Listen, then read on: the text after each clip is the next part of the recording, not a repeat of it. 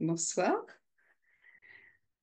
Ce soir, nous allons continuer un petit peu ce triptyque sur les différentes fatigues, les différentes sortes de méditation en fonction des fatigues auxquelles nous pouvons être confrontés. Et ce soir, nous allons aborder le thème de la fatigue intellectuelle, en fait, on pourrait dire mentale aussi. Donc, je vais rappeler des fondamentaux. Vous allez voir, c'est des choses très simples. Mais la méditation du Raja Yoga, c'est aussi apprendre à être équilibré, sensé. Et pour qu'il y ait justement cet équilibre entre la vie pratique et la vie spirituelle, eh bien, il faut qu'il y ait une cohérence. Bonsoir Fabienne. Et donc, nous allons voir un petit peu les reprises essentielles à considérer dans ces méditations. Alors, qu'est-ce qu'on entend par fatigue intellectuelle? Nous avions vu la fatigue physique, donc une fatigue physique qui peut être résorbée assez rapidement si elle n'a pas été trop, euh, comment dire, négligée dans le temps. Dès qu'on a de la fatigue physique, eh bien, on se repose, c'est quelque chose de très simple. Euh, donc, il va y avoir des points de contrôle plus sur le fait de ne pas se fatiguer inutilement, de savoir ménager aussi donc, ses ressources et de savoir prendre soin et, j'allais dire, être capable de scanner un peu son corps pour savoir capter les signaux. Dès que ça se présente pour pouvoir agir au plus vite. On sait très vite que quand on prend les choses à leur démarrage, c'est plus facile à rééquilibrer que quand on a attendu trop longtemps. Alors c'est un peu pareil pour la fatigue intellectuelle de ce côté-là. C'est-à-dire que des fois, donc on peut avoir un travail hein, qui demande une grande réflexion, une grande concentration, et donc un travail cognitif plus ou moins intense. Alors, je parle du travail, sur le type de travail, mais on peut être amené à avoir des réflexions, quel que soit le type de travail, y compris avec un travail manuel, bien sûr. Euh, Parce qu'il y a des choses à réfléchir, à concevoir, euh, concevoir par exemple, voilà, les différentes étapes, hein, ne pas rater une étape, de bien avoir son projet bien en tête. Et bien sûr, il y a aussi le travail d'étudiant. Donc ça, c'est aussi quelque chose qui est important, c'est que quand on est en pleine révision, eh bien, ça va être une masse d'informations qu'on va devoir intégrer rapidement. Et dans le monde du travail, c'est des fois aussi ce qu'on nous demande, c'est-à-dire d'intégrer énormément d'informations. C'est quand on prend un nouveau poste, par exemple, on va être amené à avoir toutes sortes d'éléments qui nous demandent de, voilà, d'intégrer toute cette nouvelle configuration. Vous avez énormément de choses à apprendre à ce moment-là. Et on est dans une société qui va de plus en plus vite, donc il faut apprendre vite. Et sinon, on est à la traîne et c'est pas toujours facile à vivre. Donc, ça va créer, bien sûr, un certain stress qui ne va pas aider. On va voir que le stress, c'est l'ennemi numéro un du cerveau. C'est quelque chose qui va prendre énormément d'énergie et donc, le cerveau va pas pouvoir accomplir toutes ses fonctions, on pourrait dire, euh, parce qu'il est occupé ailleurs pour essayer de réguler ses tensions externes et internes. Alors, il y a eu des études qui ont été faites sur le fait que le travail cognitif intense, que ce soit la réflexion, la concentration, etc., que ça fatigue notre cerveau. Et c'est quand même un organe vital. Donc, comment se manifeste, disons, cette fatigue-là et pourquoi? Eh bien, la première chose, c'est que le cerveau, à un certain moment, n'a plus l'énergie suffisante pour produire un effort. Et donc, après plusieurs heures de tâches cognitives exigeantes, on va dire, on a un sentiment de saturation. On n'en peut plus là, euh, on peut plus intégrer autre chose. Et on a des fois l'impression qu'on peut plus réfléchir, qu'on peut pas aller plus loin, et que prendre une décision devient difficile. Donc cette saturation peut induire donc surcharge, et comme le cerveau ne sait plus faire face, il ne sait plus aussi comment traiter toutes les informations qui arrivent. Et donc il a tendance à se mettre des fois un petit peu, on va dire, en roue libre. Là, d'un coup, hop, il s'arrête un peu. Et c'est un mécanisme de survie, hein, toujours. Ça, on peut voir que le corps, hein, il a des mécanismes de défense qui sont très intéressants. C'est-à-dire que ça évite, on pourrait dire, c'est le disjoncteur, en quelque sorte, pour éviter d'endommager le cerveau davantage. Donc, c'est pas à prendre comme quelque chose qui nous entrave, quelque chose qui nous ennuie, mais simplement comme un signal. C'est pour ça que c'est important de repérer les signaux, d'apprendre à repérer les signaux au fur et à mesure. Et c'est ça aussi, apprendre à se connaître. Et donc, quand on a dépassé donc le volume de sollicitation qui se présente, on a vraiment le sentiment d'être débordé. Je pense que ce mot-là, c'est un mot finalement qu'on entend assez souvent, euh, alors pas seulement pour le travail intellectuel, mais fréquemment, c'est justement parce qu'il y a beaucoup d'informations à gérer, y compris les mamans qui doivent gérer leur journée de travail, plus la soirée avec les enfants, la famille, la maison, etc., etc. Donc, il y a beaucoup de choses à réfléchir, beaucoup d'informations à traiter, et là, ça peut être effectivement, disons, la limite. Alors, comment ça va se traduire pour la suite? Eh bien, cette fatigue se traduit par des difficultés à mémoriser. Donc, il y en a qui se posent des fois la question, est-ce que c'est pas Alzheimer qui nous guette, ou quoi que ce soit? Non, non, c'est des fois simplement, justement, cette fatigue intellectuelle. Et puis, il y a aussi ce sentiment de lenteur et de ralentissement de la pensée. On n'arrive plus à suivre et on ralentit la pensée. Alors on pourrait dire, tiens, c'est intéressant le ralentissement de la pensée, puisque dans la méditation, c'est quelque chose qu'on apprend à faire. Alors, c'est pas parce qu'on utilise les mêmes mots que ça veut dire la même chose dans le même contexte. Ralentir sa pensée quand on est fatigué et qu'on n'y arrive plus, ça, c'est quelque chose qui va être très frustrant, qui va nous donner un état de mal-être. Quand on est en état de méditation et que justement on a trop de pensées, et que justement on va réduire le faisceau d'informations pour pouvoir les traiter une par une et tranquillement, on va ralentir le processus de la pensée. On va calmer le jeu, on va calmer le mental. Vous voyez, ça c'est différent quand euh, c'est suite à une réflexion qu'il y a un ralentissement de la pensée, et quand c'est un choix délibéré pour justement euh, rééquilibrer et pouvoir traiter l'information. Alors, il y a aussi d'autres manifestations qui sont du type euh, d'avoir des difficultés à démarrer une activité. Vous savez, des fois, on a l'impression, oh là là, j'ai ça à faire, et puis, c'est pas possible, là, je sens que je vais pas y arriver.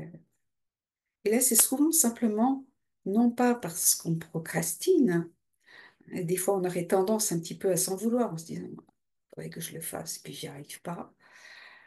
Avant d'avoir des pensées négatives sur le soi, avant de commencer à vouloir se condamner de quelque manière que ce soit. La méditation, c'est pas ça. La méditation, ça va être qu'est-ce qui se passe? Qu'est-ce qui se passe et comment je vais traiter tout ça?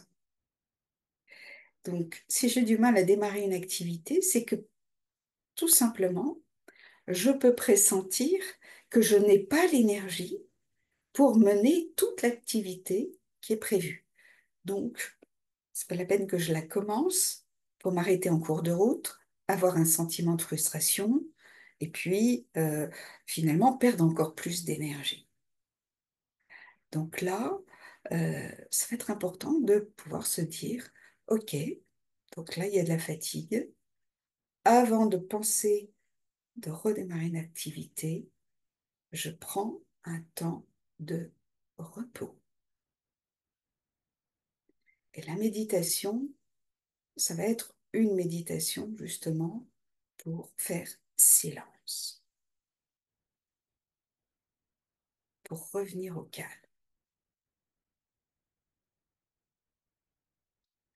Et quand on sent que l'énergie revient, à ce moment-là, on peut envisager de redémarrer son activité. Et on va le faire avec un nouvel élan, donc avec plus de force, plus d'énergie et donc plus de satisfaction. Et puis, la fatigue intellectuelle va aussi se manifester par une sensibilité accrue en fait aux différents stimuli, c'est-à-dire que le bruit, enfin l'agitation, tout ce qui va se passer autour de nous euh, va nous fragiliser davantage. On va peut-être avoir des mouvements d'humeur, on peut avoir justement l'impression que de dire à la limite, arrêtez-vous là, s'il vous plaît, silence, etc. Et ça aussi, c'est pas le moment de se condamner en se disant, oh, j'ai mauvais caractère, etc., etc. Repérez-le simplement. C'est simplement un mouvement d'humeur qui vous donne le signal que là, euh, il va falloir faire quelque chose. Donc le stress, comme on disait, c'est l'ennemi numéro un du cerveau. Et donc, pourquoi? Parce que le cerveau se trouve en première ligne. Il est aux commandes et puis il va lancer toutes ces infos pour que le corps prenne les devants et fasse face à la situation. Et quand on doit faire face à une situation, on est en mode défensif dans ce moment-là et ça consomme énormément d'énergie. Et donc, si on veut avoir une activité intellectuelle à ce moment-là, si on veut bien réfléchir, ça va être plus difficile. Donc, c'est important de repérer ce qu'il en est.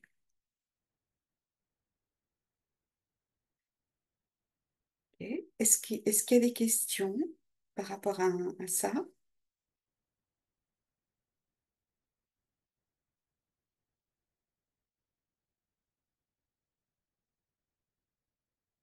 Ok.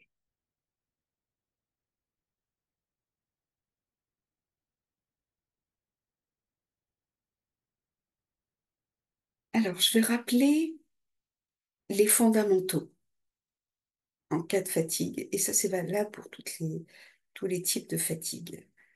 Avant tout, dans le Raja Yoga, première leçon, je suis l'être qui pense à travers ce corps, et c'est moi le propriétaire de ce corps.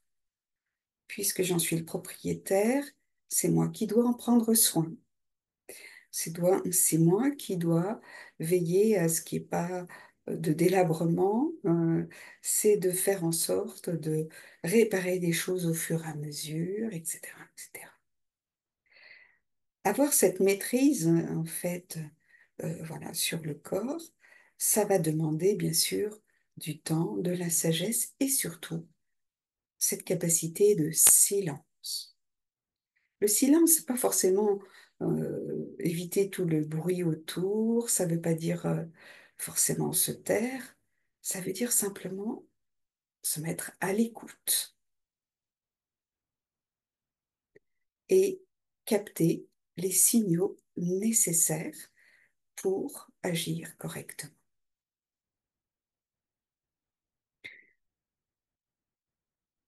Alors, parmi les fondamentaux, j'aime bien rappeler bien manger, bien bouger et bien dormir. Quand il y a une fatigue intellectuelle, le bien dormir est très, très important, bien sûr. Pourquoi? Parce que dans la mesure où on a sollicité le cerveau presque à outrance, eh bien, euh, c'est la nuit, en fait, hein, c'est le soir, quand on dort, euh, qui va pouvoir faire ses réparations et ses grandes remises en ordre.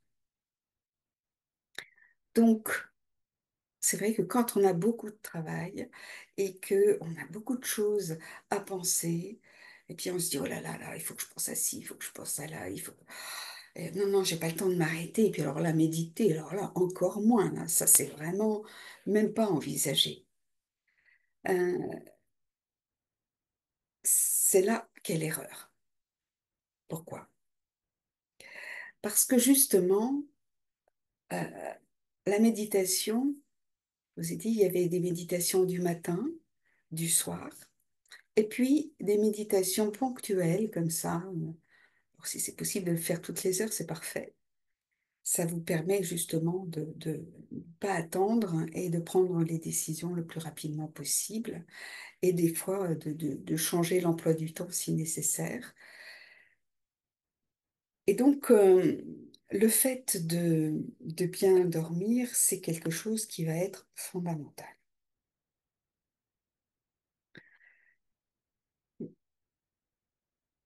Pas seulement donc pour toute la nuit, mais aussi donc de reprendre des forces dans la journée. Alors, je ne vous vanterai pas sempiternellement les bienfaits de la sieste.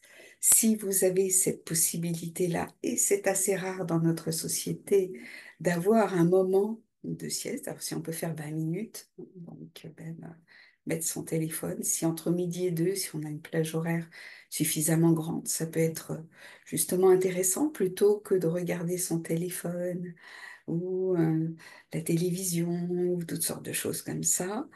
Vous voyez, des fois on se dit j'ai pas le temps. Si, si, on peut l'avoir si on le prend aussi dans certains cas.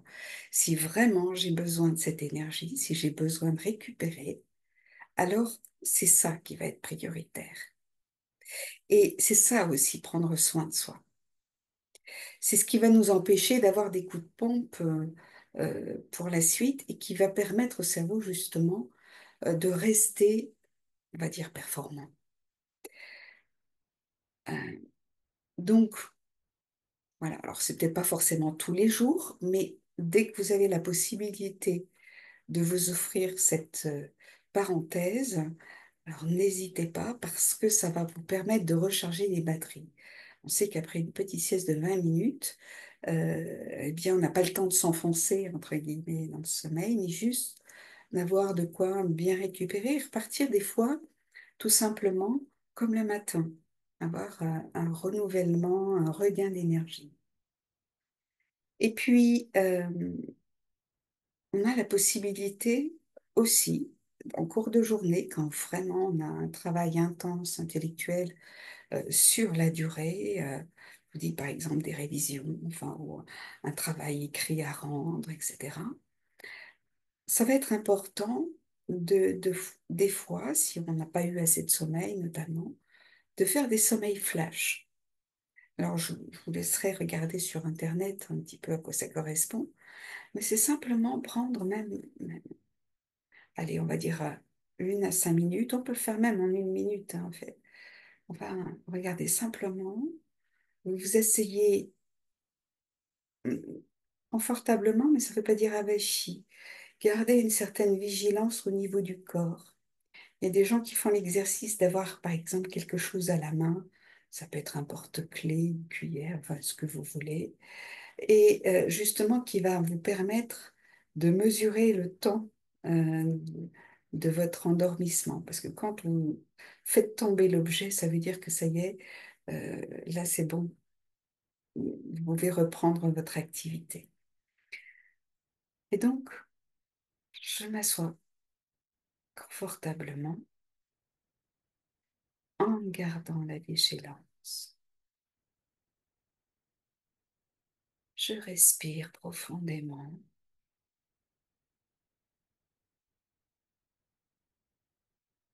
et je vais me laisser aller mentalement comme au moment de m'endormir.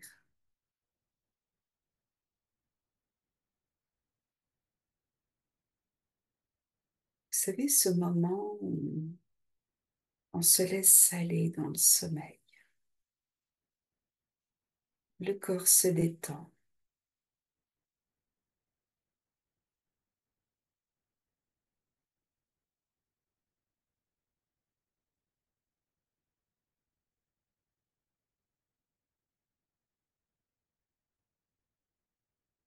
Je me repose profondément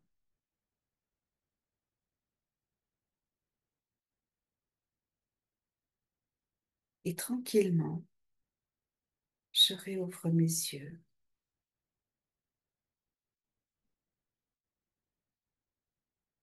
totalement vigilant, prêt pour un nouveau départ, pour une nouvelle action. Alors aussi, donc, bien dormir, mais aussi effectivement bien bouger aussi. Parce que quand on a un travail intellectuel, on a tendance souvent à être assis sur sa chaise, si je puis dire, ou son fauteuil, enfin, peu importe. En attendant, euh, on est en position de sédentarité. Donc on ralentit aussi, bien sûr, des fonctions au niveau du corps et ça va s'engourdir un petit peu.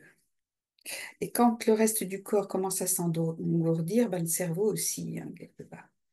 Donc, ne pas hésiter, voilà, quand on fait un travail intellectuel, par exemple, on travaille sur un chapitre, que ce soit, ou sur un sujet, donc on boucle le sujet, avant de passer à la suite.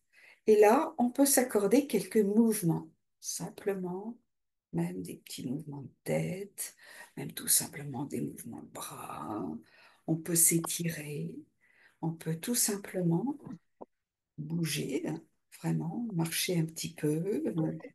C'est peut-être aussi l'occasion d'aller boire, ah, parce que ça, c'est important aussi dans ces moments-là de se réhydrater.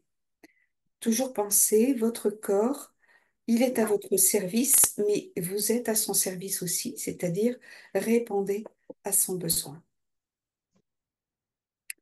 Alors, pour la suite,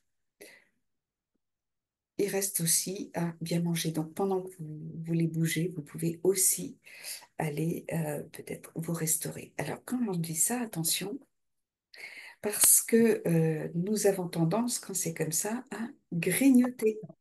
Parce qu'on est pris dans nos affaires, on a l'impression qu'il faut aller vite, on n'a pas le temps d'aller manger, etc., etc. Hein, c'est ce qu'on se dit. Et en fait, c'est un mauvais calcul parce qu'on a besoin d'énergie. Donc, avoir toujours cette pensée, voyez, d'être vraiment pleinement conscient de ce que vous faites.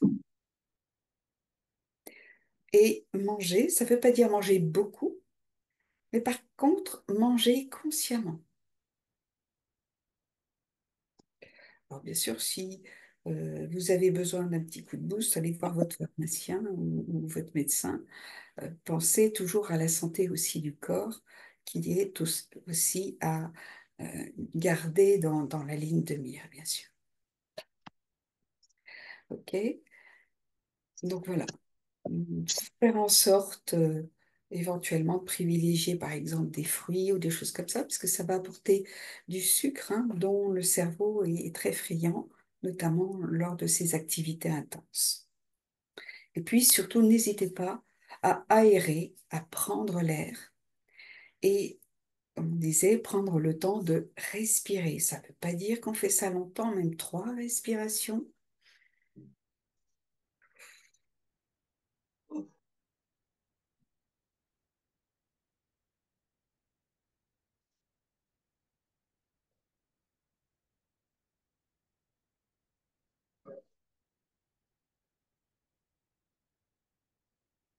Vous indiquez à votre corps, rien que par ces respirations, qu'il peut se mettre en état de tranquillité.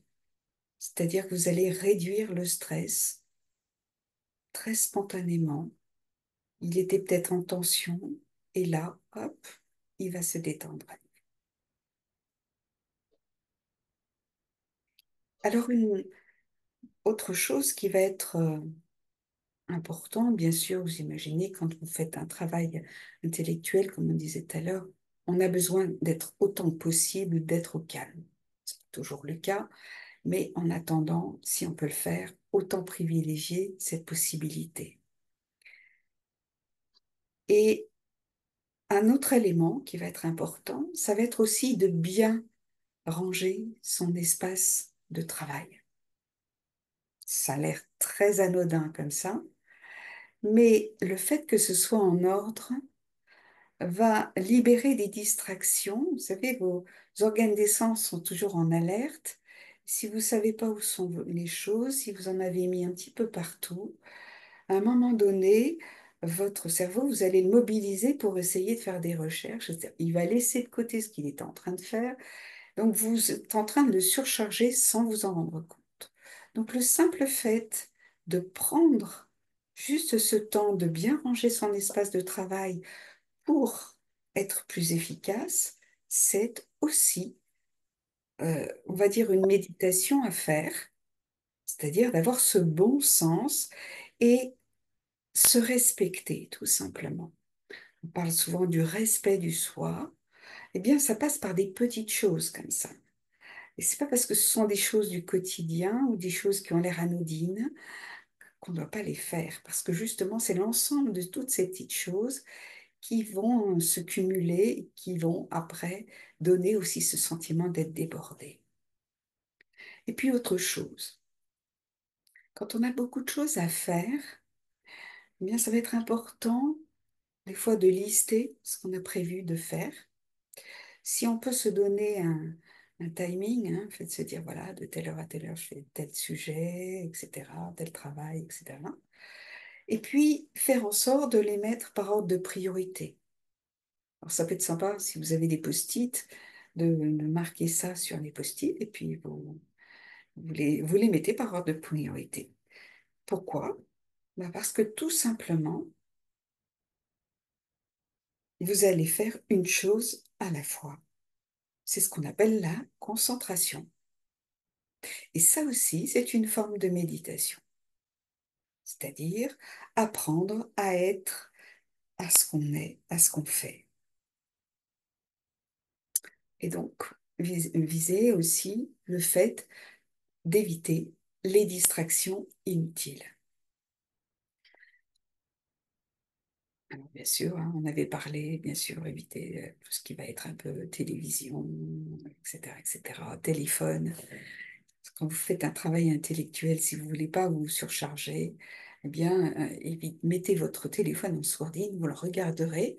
Éventuellement, si vous voulez prendre un temps de pause juste pour ça, pourquoi pas? Ça fait partie de votre emploi du temps. Et donc, dans ce cas-là, ce ne sera pas stressant. Ce sera quelque chose que vous allez garder en ligne. De préférence, donc, à un moment où vous avez besoin de faire un petit moment de repos, d'aller marcher un peu. Ça peut être aussi un moyen de vous détendre. Alors, donc, vous voyez, ce sont des petites choses très simples, mais la méditation, c'est pas forcément compliqué. Et la sagesse, c'est souvent des petites choses très simples.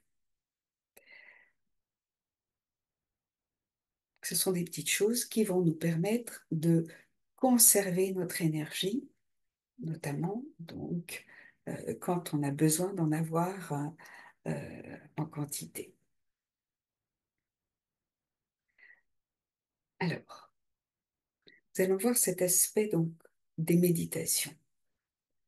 Quel type de méditation je vais pouvoir faire au long de ma journée pour être le plus en équilibre possible.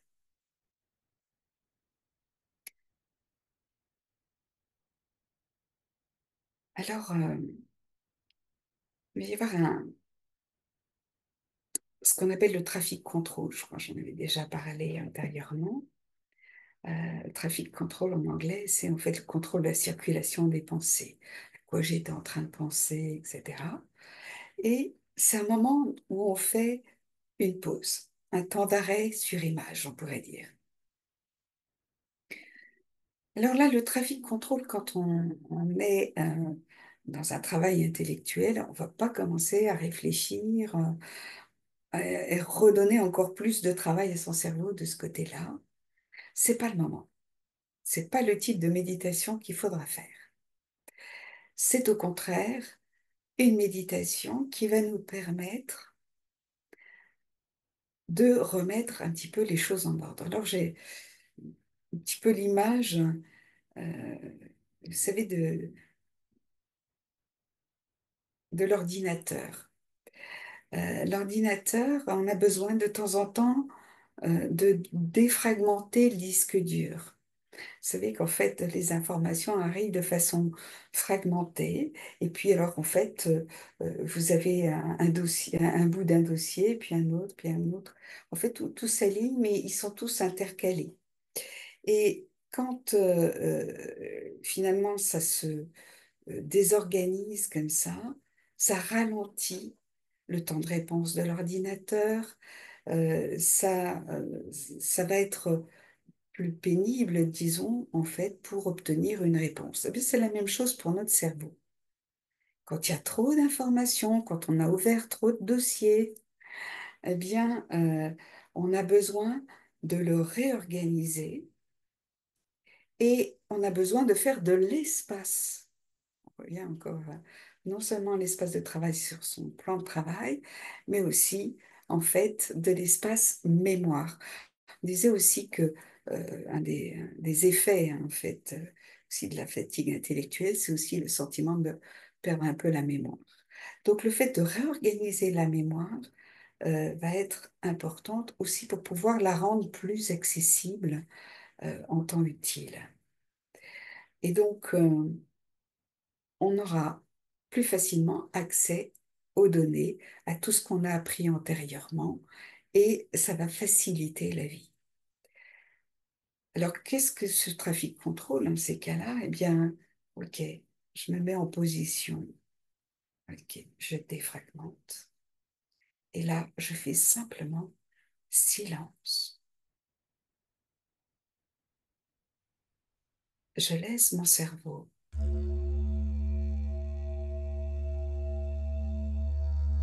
remettre de l'ordre dans toutes ces données accumulées.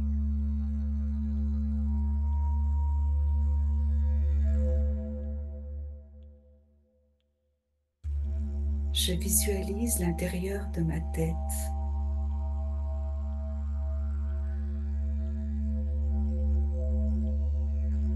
pleine de lumière douce.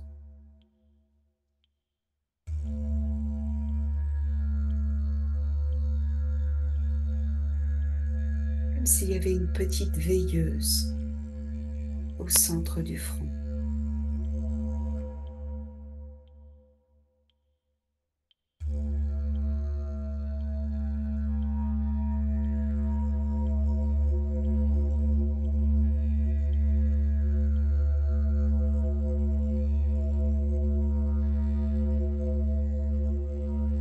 Et progressivement,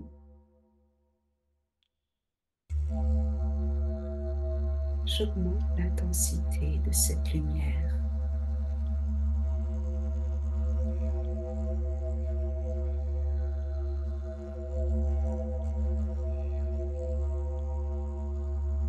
Et cette lumière éclaircit de plus en plus les zones d'ombre.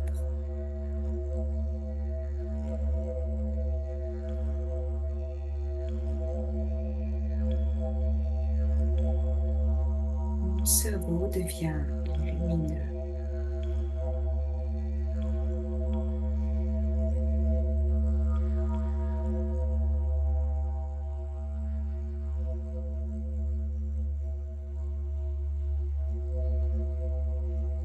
J'ai une sensation de rafraîchissement.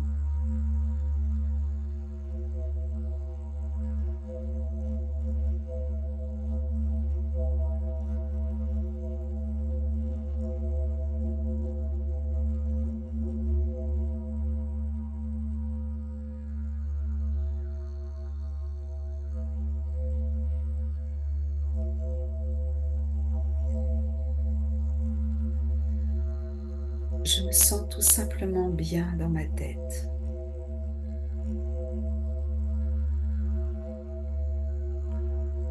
Les choses se remettent en ordre.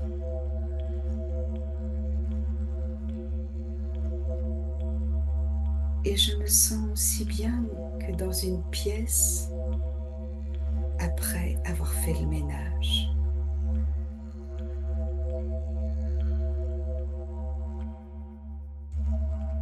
Je suis à nouveau prêt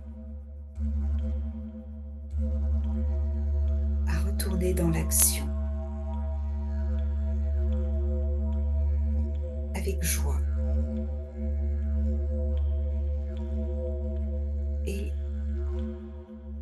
avec plaisir de faire ce que j'ai à faire et de mener à bien la tâche qui m'incombe.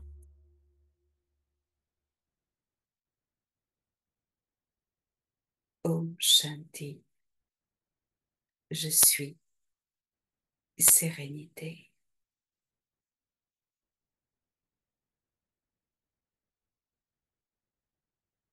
Alors après ce type de méditation,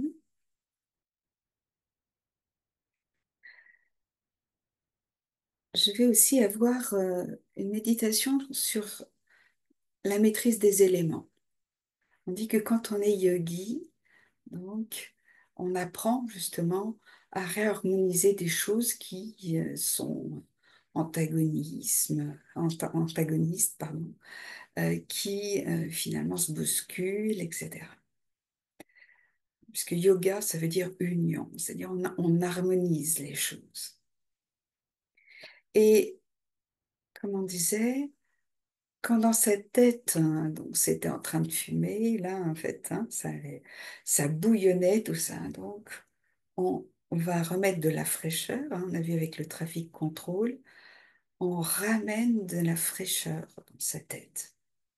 Vous voyez, entre le feu et puis cette fraîcheur, c'est quelque chose que l'on peut pratiquer plusieurs fois dans la journée, autant de fois que ça nous est nécessaire. Et puis, tout à l'heure, on disait que ça pouvait être intéressant justement de s'alimenter, de penser à bouger, euh, donc de faire un peu d'exercice physique, pas forcément très longtemps, mais juste redonner du mouvement. Pourquoi? Parce que l'énergie de la pensée dans la fatigue intellectuelle, elle est concentrée au niveau de la tête. Et donc au niveau du corps, là, par contre, ça va être une forme d'inertie. Donc ça va être important de remettre des choses en mouvement, de remettre justement aussi, disons, de l'activité, de s'échauffer un petit peu, de pouvoir rééquilibrer donc la chaleur qui est en haut et en fait dans le corps.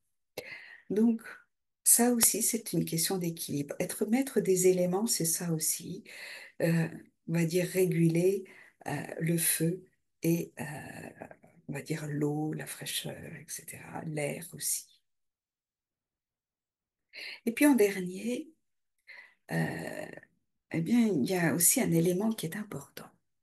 Donc, on a vu qu'on pouvait bouger, etc. Donc, euh, les parties basses du corps vont pouvoir être un peu activées. Et puis, entre la tête et les parties basses du corps, eh bien, il y a le niveau du cœur. On sait que quand quelqu'un est pris dans des choses très intellectuelles, on a l'impression que le cœur est un peu mis de côté. Donc, ça peut induire à ce moment-là, vous savez, des formes de tristesse ou de choses comme ça qui se produisent. Parce que nous sommes des êtres relationnels et nous avons besoin euh, d'échanges. Donc, quand on a un gros travail à faire, très souvent, on a tendance à s'isoler. Et puis, effectivement, on n'a pas le temps d'aller voir les gens, on n'a pas le temps de... Les relations, ça prend du temps. Et donc, c'est un peu difficile de pouvoir faire l'équilibre. Alors, on va pratiquer une méditation qui va permettre, on va dire, euh, de compenser momentanément et puis en même temps de prendre aussi des habitudes régulatrices en ayant une relation avec l'âme la plus pure qui soit, la plus élevée qui soit, la plus stable qui soit. Et puis, cette âme, elle est toujours disponible. Si vous devez appeler des amis, vous savez que des fois, ben, vous auriez besoin juste d'un petit encouragement pour redémarrer. Et puis finalement, ils vont vous raconter leur vie, etc. Et à ce moment-là, vous dites, ben, avec tout le travail que j'ai à faire, et donc ça va pas très bien se passer. Donc ça peut donner un sentiment de mal-être. Euh, donc, l'autre n'a pas forcément capté que vous étiez dans un état de tension particulière. Et euh, on peut à ce moment-là avoir des pensées négatives, genre l'autre ne comprend rien, ou etc. Il n'a pas répondu à mon besoin, etc. Donc, on va voir l'être suprême, l'âme suprême, pour justement s'accorder cet instant de silence, mais de communion intense. Et euh, en fait, on va avoir justement être face à quelqu'un qui est totalement disponible, qui est toujours bien disposé à votre égard. Et quand on a beaucoup travaillé, hein, je vous disais, il pouvait y avoir des mouvements d'humeur ou des choses comme ça. Eh bien, ok, c'est pas grave. Et puis, en même temps, qui va être finalement de bons conseils. Alors, comment? C'est une chose très simple. Quand on travaille avec l'intellect, eh bien, l'intellect, il a deux parties, on va dire. Il a une partie basée sur la raison, la logique, vraiment tout ce qui est, allez, ok, faut faire ça dans les temps, etc., etc. Et puis, il y a la partie plus intuitive, c'est-à-dire on mobilise des mémoires, des connaissances, des savoirs qui vont arriver tout de suite et qui vont être tout de suite utilisables. Et donc, cette partie intuition, quand on fait un travail intellectuel, elle est un petit peu en sourdine. Donc, quand on va rentrer en relation avec cet être, on va re-rentrer dans cette dimension métaphysique du soi et on va dire, ouvrir l'oreille interne et entendre, capter des informations euh, qui n'étaient pas accessibles autrement. Cette capacité de silence va nous permettre de réouvrir cette partie de l'intellect qui va être justement basée sur l'intuition. Pendant ce temps-là, la partie raison, je vous dis, la, la réorganisation en fait des données, hein, on l'a fait avec le traffic control par exemple. Et pour faire cet exercice, eh bien, On va choisir une relation avec cette âme. Parce que cette âme n'a pas de corps en propre et comme un acteur, elle peut jouer tous les rôles euh, qui vous conviennent et qui vous sont nécessaires à vous à cet instant T. Parce qu'on n'a pas tous les mêmes besoins. Ok. Dans certains cas, on va avoir besoin euh, d'être soutenu, d'autres fois d'être simplement encouragé, des fois d'être simplement valorisé. Hein, des fois on a trop travaillé, on se dit, oh, c'est nul ce que j'ai fait, il faut tout que je recommence, etc., etc. Et là, de se dire, ok, non, on arrête ces dévalorisations, c'est de l'énergie perdue inutilement. Je reviens au soi profond. Quelles sont mes ressources? Quelles sont mes qualités? Face à cette âme, je vais reprendre conscience de mes potentiels et éventuellement les pensées qui vont venir, eh bien, je vais m'en servir pour voir ce dont j'ai besoin et comment les réactiver. Si j'ai besoin d'être précis, ok,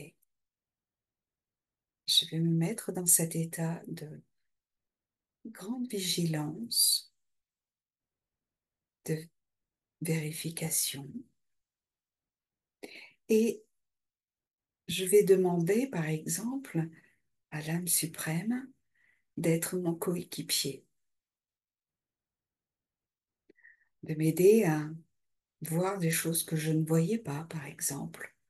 Hein, si par exemple je me suis trouvée devant un blocage, j'arrivais plus à écrire, j'arrivais plus à penser, de dire, OK, allez, vas-y, qu'est-ce que je pourrais faire dans cette situation-là?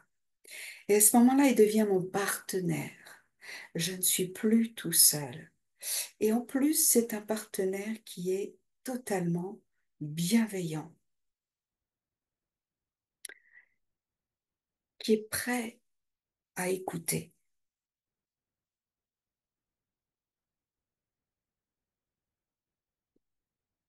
Mais ça va être aussi mon meilleur ami. Je sais ce que j'ai à faire, mais des fois, avoir un, je vais simplement avoir envie d'avoir un petit mot d'encouragement. Vous savez, un peu comme un supporter. Allez, vas-y. Oui, c'est bon, tu tiens le bon bout. C'est bientôt terminé. C'est pas le moment de lâcher. Euh, ok, remets-toi sur les rails. Il n'y a pas de souci. Tu as su réussir à d'autres moments. Tu as tout à fait les capacités pour. Ok, pas de pression. Simplement laisse couler, laisse venir. Accepte d'entendre finalement ce qu'il y a en toi et que tu ne voyais pas. Il peut être aussi, dans la relation, un maître de sagesse.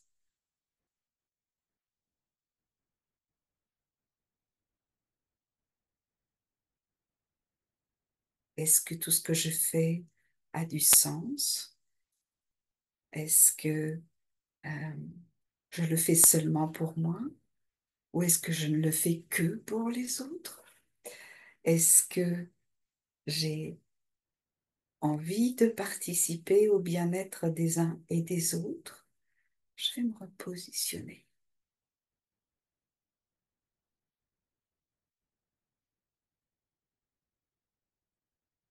Je vais redonner du sens à ce que j'étais en train de faire.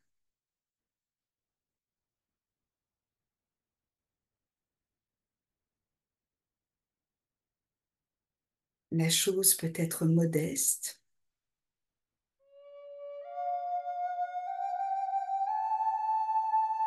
mais je peux envisager les trois aspects du temps. Comment c'était avant, à quel stade c'en est maintenant, et qu'est-ce qu'il reste à faire,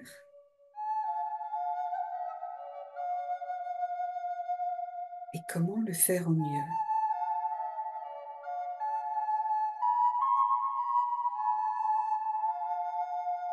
Alors, un maître de sagesse aussi, c'est celui qui va me faire comprendre de ne pas en faire trop, de ne pas me mettre la pression inutilement, de savoir parfois tout simplement rester modeste. Des fois, d'aller au plus simple,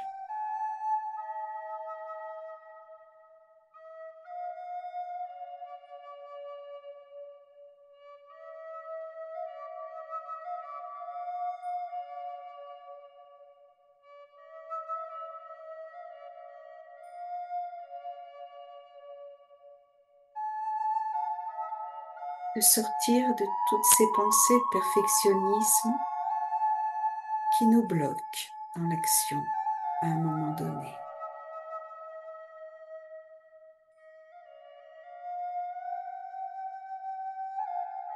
Silence.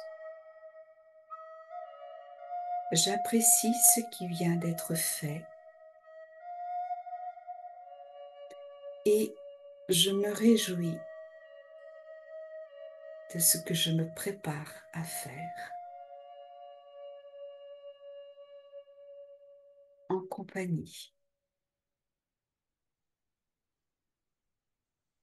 de l'être le plus bienveillant qui soit.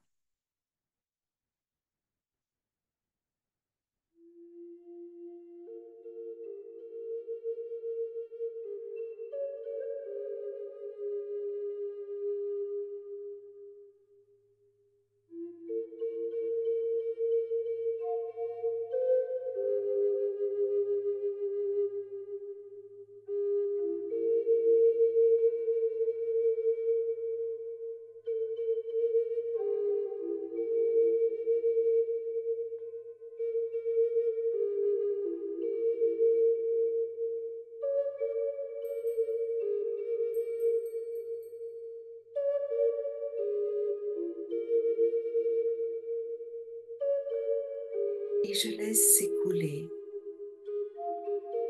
les pensées nécessaires.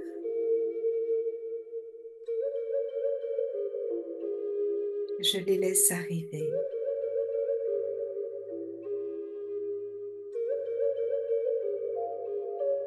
Et j'ai alors envie, tout naturellement,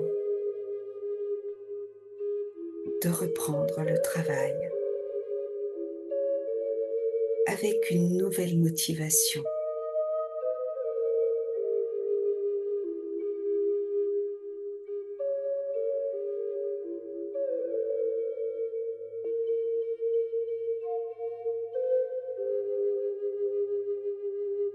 J'oublie alors toute fatigue.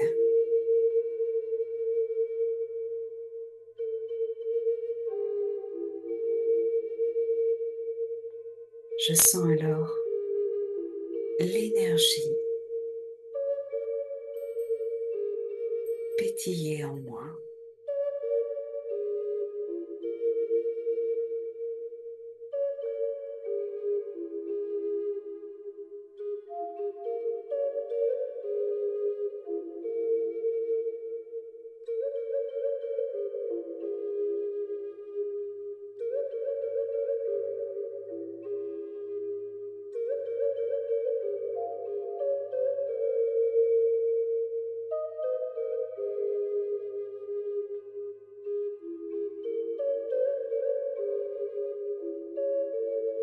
Quand j'ai terminé mon travail,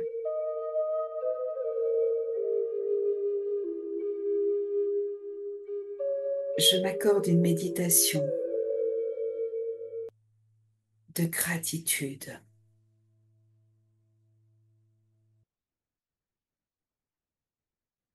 Je me félicite.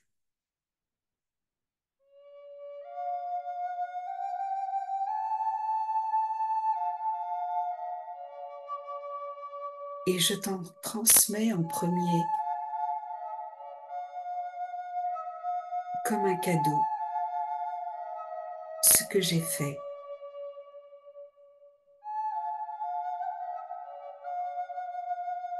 à l'être subtil et bienveillant qui m'a accompagné.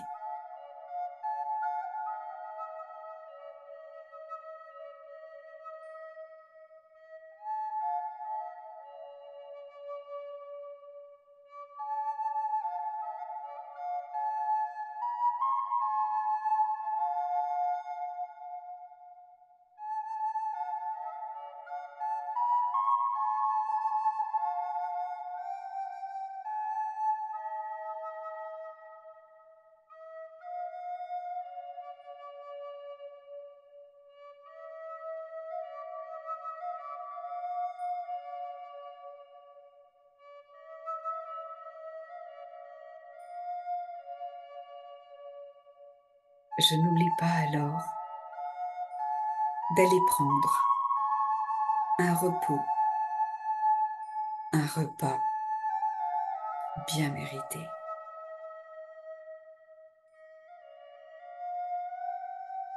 Oh, Shanti.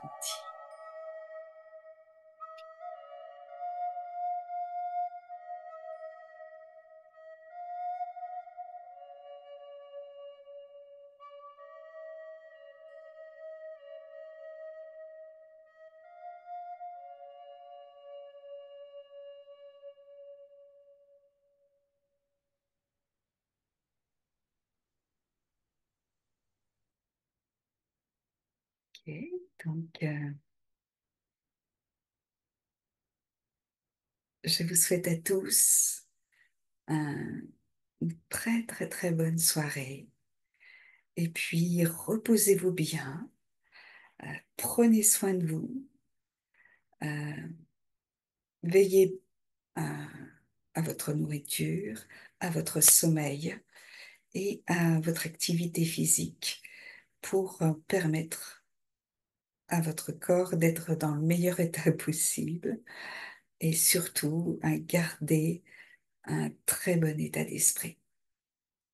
Bonne soirée à tous, merci.